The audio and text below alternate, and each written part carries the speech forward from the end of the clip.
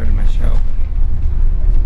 And he looked at my whip and said, "Wow, that's a nice whip. Can I crack it?" And I kind of looked at him, but you could tell by the way he stood that it was okay for him to crack it. So I said, "Yeah, you can crack it." So he picks it up. He doesn't crack it. He starts looking at the handle and then the knots.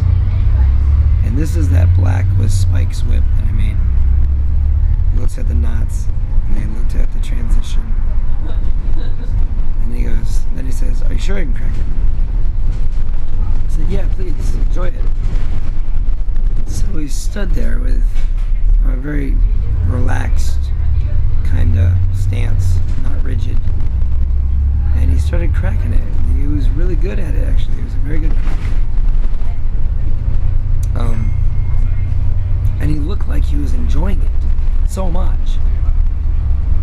And he coiled it up and he went to hand it back to me. And there was this feeling that I got. So I just went with it. I looked at him. I said, "Keep it." And his face, I can never explain how his face looked when I said that. I said, "Keep it." He just went. He didn't know what to say. He didn't want to say no. He didn't want to say yes. But he knew I wasn't taking it back. And I said, "Don't worry about it." And I says, "I'll make another one. I need the practice." And he says, "Right, thank you." And he left. And his daughter came over later on, and we took a photo together, and she emailed it to me, and he's a nice fella, and I gave him one of my appreciation packs from my show. It made me so happy. Excuse me. Oh. Did you just yawn? It made me so happy to be able to create something that's appreciated by somebody else, and then to be able to just let them have it. Don't get me wrong. I think I should sell my whips because they've gotten to the point where they're, quality and they're worth selling. I couldn't sell that whip to that guy, man. He needed that whip. And he was like 70 and it had spikes coming out of it. And he was cracking a spiky whip. And it was funny. So I gave it to him. I tell that story to finish with this story. Today there was two women, not old, but older in age, like 56 years old, on one of the bridges in Edinburgh, looking over the bridge, over the train station, looking for the Meadows. Nowhere close.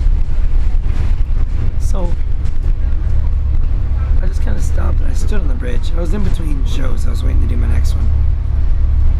And they says, "Well, we can't find it." "I'm really sorry. It's late." It's almost midnight. And I just gently walked over and said, "Ladies, I live here. Is there something I can do for you? Some directions maybe I could help you out with? We're trying to find the 41 bus stop, and it's a bus stop." I says, "Yeah, you're nowhere near it." "Why are you getting on the 41? And they told me that the place they were staying at was near a place called the Meadows, and I knew where to go and how to take them there. So I says, "Well, come with me. I'll show you." And we walked up the Royal Mile and we said hello to some friends and took a break halfway up because one of the women were older than the other. I think it was a mother-daughter thing. So when we got to the bus stop, and here's a friend of mine named Katrina, which is the mother of one of the other street performers here in Edinburgh. And it was just very gentle and happy, and I had nothing else going on, right? And those women were so grateful for someone just to say, "Thank you. Thank you for getting us to a position where we can go home and enjoy the rest of our day." I tell that story to finish with this story. I then go up to the Royal Mile. I do a show, and at the end of my show, as people are coming up to give me money and say thank you, someone stole shirt, and my iPhone 12 hours before I go on tour. So I ask this question: Karma, where are you?